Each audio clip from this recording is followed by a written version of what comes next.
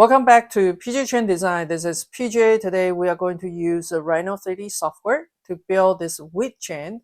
And I would like to talk about the structure. How do you construct it correctly and twist it with the correct angle for your jewelry CAD design? Are you ready? Let's get started.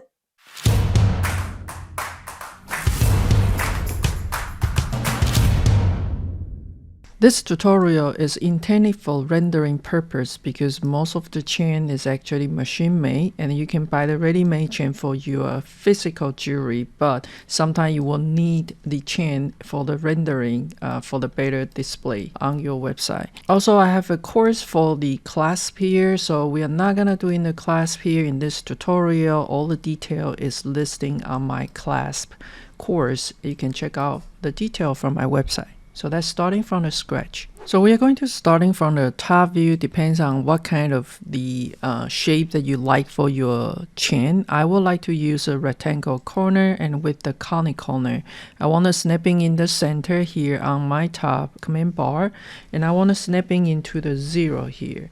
Depends on what size you like to have. Since I'm not gonna print it out, this is just for rendering purpose. I want something it's more rounded edges like this. Alright, and then I'm going to making a copy on the side and bring this copy, tilt it with 90 degree with my gumball, and I kind of wanted to scale it down something like this and scale it more skinnier and to creating this profile there. Alright, so with this profile, maybe that's a little bit too big. I might want to scale it down something like this as well. Alright, so now if you take a look on my perspective, you can see something like this. Let's go ahead to pick up this profile and use the move command. We want to snapping here and snapping into the quadrant, so that will be our profile for sweep. You can also bring this in if you like to. It really depends on like how they can connect it and how much space in there. So let me show you here. We want to use the sweep one rail. We pick up this rail, pick up this cross section, and I do want to record a history and then just want to make a piece like this, right? Let me turn it into the ghost view, and let's take a look on the top view. Now, ideally, you want this chain should be able to move it here, and then so this will link into the other one. The third one, it's gonna coming into the middle right there. So you actually need to have 3 chain linked together. So as long as you make sure there's enough space, that will be fine. If not, you can kind of moving your curve out since it will record a history, or moving them in to make them smaller. Okay, so I'm going to stay with the size that I have here. The second thing is, once we make sure that has enough space in the middle for the 3 chain to hook together, we need to kind of making a twist on this one. So I'm going to use the twist command. I'm going to snapping the whole thing here. I want to snapping into the endpoint here to endpoint here. And just quickly coming into my right view, holding the shift key, click on anywhere, and holding the shift key and click it one more time. It will break the history, but that's okay. We don't need to change the size anymore. Next I wanted to do is having this piece and rotate it about 45 degrees. Either way will work. So at least they are laying flat on the table. Alright, so let's do a test. On my top view, I'm going to have one coming over to the end approximately like this. Alright, so make sure that they are not touching, and that should be a right distance. And then I'm also going to make another one right in the middle, somewhere about here. And for this one, since it's touching, let's kind of rotate it 90 degrees with the gumball holding the shift. So then we'll have a link like this. Alright, so the link should be one link should holding on 2 links. So that is the key for making this width chain. After that, let's do another test. I'm going to moving this into the empty space right here, and that's making a copy by hit the Alt key on your keyboard, and then you'll get something like this. Notice this is jamming there, so we need to kind of work on it to make sure the distance is correct. Let's go back to the original link that I have. For this one, let me move it to the side a little bit. Those 2 links and we need to make sure it's not touching, and that is. And this one actually, I'm going to move it right in the middle of this piece, this two piece right there, and see if that works better. All right, because the size of your link might be different, so you might need to do adjustment and see which one works for you. And then we are trying to do it again by moving this to the empty space right here and see if it works better. Yeah, it does work better. We only have a little bit jammed there, so we will need to moving things around. Like this piece, maybe they need to come in down a little bit more. So let's give it a try. We are going to using the linear array, and we're gonna set up for maybe 3 pieces. And we're gonna go from here, and don't forget to record a history. So we're gonna go from here to here, and let's take a look on it. All right, it looks much better, but look like we need to do some adjustment on the first link. So the first link I actually wanted to move in a little bit, move out a little bit actually. So then there will be a gap there. Maybe that's too much. We're gonna move in just in a little bit. As long as they are not touching, they look like they have a space in between, then that will be fine. All right. I also want to take a look on all 4 view and see if they actually is touching.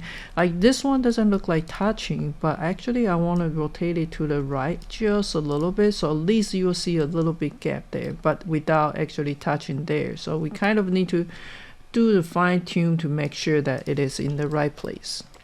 All right, so if that works for you, then we can work on our display. Let's say I have a curve, and my curve is just gonna go like this way with a big curve, something look like this.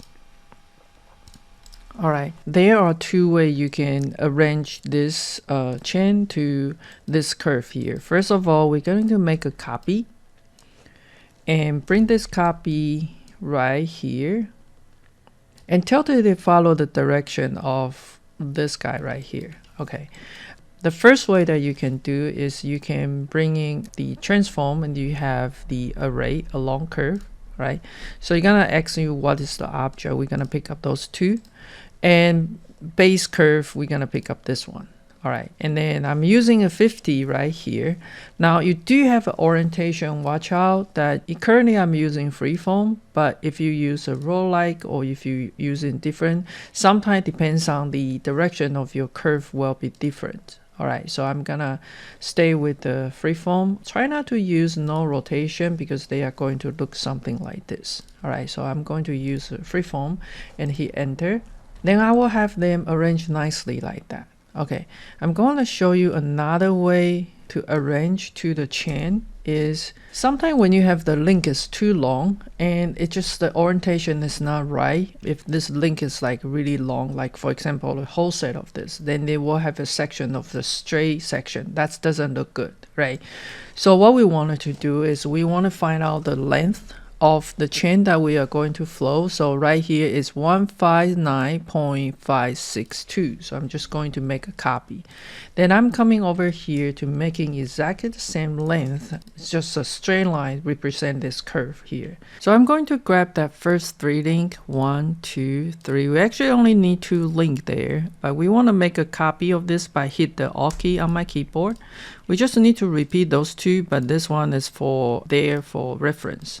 So I'm gonna pick up those 2. I'm going to use the linear array, and we are going to array, I guess 50 of them will be filling up the whole chain, and we are going to go from here to there. All right, so you need to make sure that it's in the right place before you flow it back. It's a little bit touching there, so I should move out a little bit more. So let me do it one more time. I want to make sure that this is correct before I flow it back. So I'm going to make sure it is something like this. It's not touching. All right, so now we have this all the way. Let's take a look on where's our curve ended. So our curve is actually ended there. I'm going to delete a bunch of them in order to see my curve. All right, so that was too long. Now once we have this, we're gonna use the other command coming to the transform. You have flow along curve. So we're gonna pick up everybody right here first, not the curve, right? And hit enter. The base curve will be this one. The target curve will be this one. So you might take a while since it is a lot of a link there. So this is the link that we get. Let's take a look on the ghost view. And if we zoom in, you can compare like this one compared to the one that we have. I'm just gonna bring one link over here for the comparison. You can see that this surface, it's a bit more complicated compared to this one because this one's actually been deformed a little bit. So you can see this is a bit more complicated. But I also want to take a look on our shape mode and to see if anything is different from the other side, right? So it's not much of a difference, even though this one is slightly deformed there and this one is not. So this will be two ways that you can flow your Chen. So by comparison, the surface is actually deforming a little bit from a flow along curve. It doesn't deform much from a ray along curve, but you will get this a bit more complicated on the surface, and this one will be less. However, a ray along curve sometimes doesn't work on the link if the link is too long. So you're gonna see the weird twisting or weird angle arranged there. In this case, they actually look really similar. And after you add the clasp there and with a nice rendering, it would be great to represent your work with this type of the model. I hope this tutorial helped you to understand the proportion and the design for a Chen. If you're interested about a class that go with the Chen and perfect for your rendering or the 3D printing, I have a course for jewelry CAD design for the class on my website at pjchendesign.com, or you can check the link at the description below. Thank you for watching, and I'll see you next.